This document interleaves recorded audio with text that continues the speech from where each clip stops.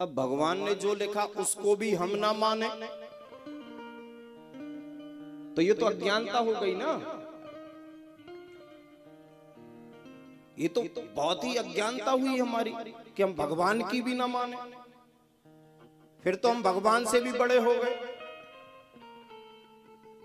तो पूजिए विप्र सकल गुणहीना और शूद्र न गुण गण वेद प्रवीणा।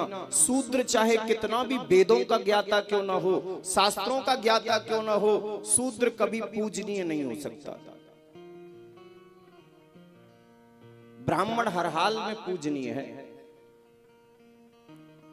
बोलो जय श्री कृष्ण।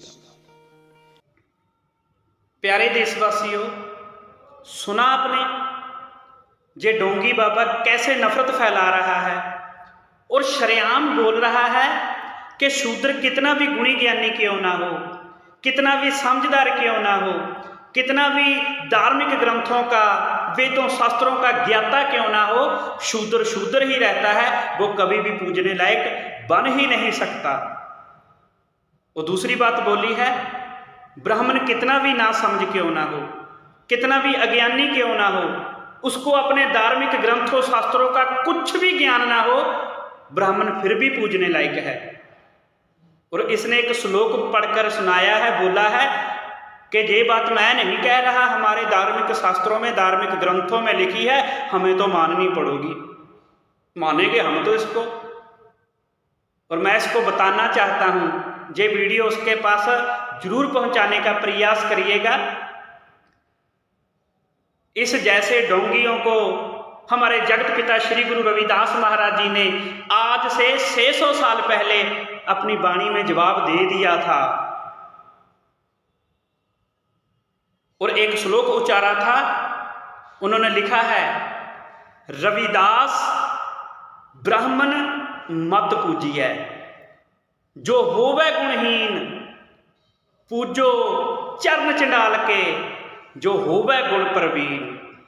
गुरु रविदास महाराज लिखते और कहते हैं, ऐसे ब्राह्मणों को कभी नहीं पूजना चाहिए जो गुणहीन ना हो, जो अज्ञानी हो, जो ना समझ हो, उनकी पूजा कभी नहीं करनी चाहिए। और उस चंडाल के तो चरण पकड़ लेने चाहिए, उसको तो पूजना चाहिए, उनके चरणों में अपना नतमस्तक रख देना चाहिए, जो ज्ञानवान हो, समझदार हो, अपना और दूसरों का जीवन बदलते हो। जैसे सतगुरु नामदेव जी, सतगुरु कबीर जी, सतगुरु रविदास महाराज जी खुद हैं, इन्होंने लोगों के जीवन बदल दिए। जो गुलामी का लोगों पर इन्होंने जाल बसाया हुआ था, गुरु रविदास, गुरु कबीर, गुरु नामदेव, गुरु नानक ने इनकी गुलामी काट दी। और क्यों नहीं पूजना चाहिए इन सतगुरुओं को, रहबरों को? इस बात का जवाब हमारे सतगुरु ने दे दिया है। आपकी तरह नफरत नहीं फैलाया और समझाया है किन ब्राह्मणों को नहीं पूजना चाहिए, जो जातिवाद को बढ़ावा देते हैं, जो छुआछूत भेदभाव को बढ़ावा देते हैं, जो वर्ण व्यवस्था को कायम रखना चाहते हैं। गुरु रविदास महाराज कहते हैं इनको नहीं पूजना चाहिए और इनको ब्राह्मणवाद की कैटेगरी में खड़े कर देते हैं गुरु रविदास महाराज जी। एक ब्राह्मण होता है, दूसरा ब्राह्मणवाद। जितनी भी दुनिया है, दुनिया में जितने भी समाज पाए जाते हैं, सभी समाजों में अच्छे और बुरे लोग पाए जाते हैं। सभी को तो बुरा नहीं बोल सकते, इसीलिए जो ब्राह्मण भाईचारा है हमारा, उसमें अच्छे लोग भी हैं। उनको नहीं गुरु रविदास महाराज बोल रहे हैं, उनको तो बोलते हैं जो इंसानियत को बढ़ावा देते हैं। उनको तो सतगुरु की वाणी, सतगुरु कबीर साहब महाराज जी के कहते हैं, अगर वो ब्राह्मण है तो वो हमारे भाई हैं, हम उन्हीं को ब्राह्मण कहते हैं। कहो कबीर, जो ब्रह्म विचार है सो ब्राह्मण कहियत है हमारा। जो ब्रह्म को जानते हैं, समझते हैं, सभी इंसानों को एक समझते हैं, किसी के साथ भेदभाव नहीं करते, छुआछूत नहीं करते, जातिवाद को खत्म करना चाहते हैं, ऐसे ब्राह्मणों को हम ब्राह्मण भाई कहते हैं।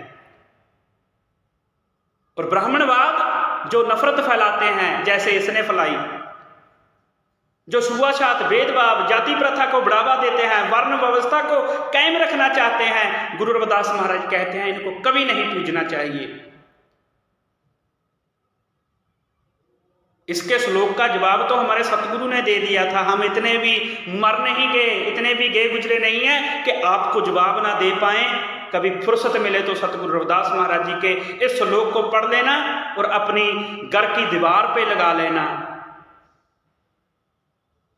तुम अपने आप को ऊंचा कहते हो, हमें कोई तकलीफ नहीं है। दर्द तब होता है जब हमें और हमारे सतगुरों को, हमारे समाज को नीच दिखाते हो। शूद्र किसे कहते हो? किसको कहा तुमने शूद्र? ये पूरा भारत समझ रहा है, अब तो पूरी दुनिया को पता लग गया है कि किसने जात बनाई, किसने ये वर्ण व्यवस्था बनाई, किसने भारत को तोड़ कर रखा है। इसलिए मैं सभी भारतीयों से निवेदन करता हूं कि इन जैसे ढोंगियों को करारा जवाब दिया करें, ताकि जो हमारे भाईचारे को कोई भी तोड़ ना सके।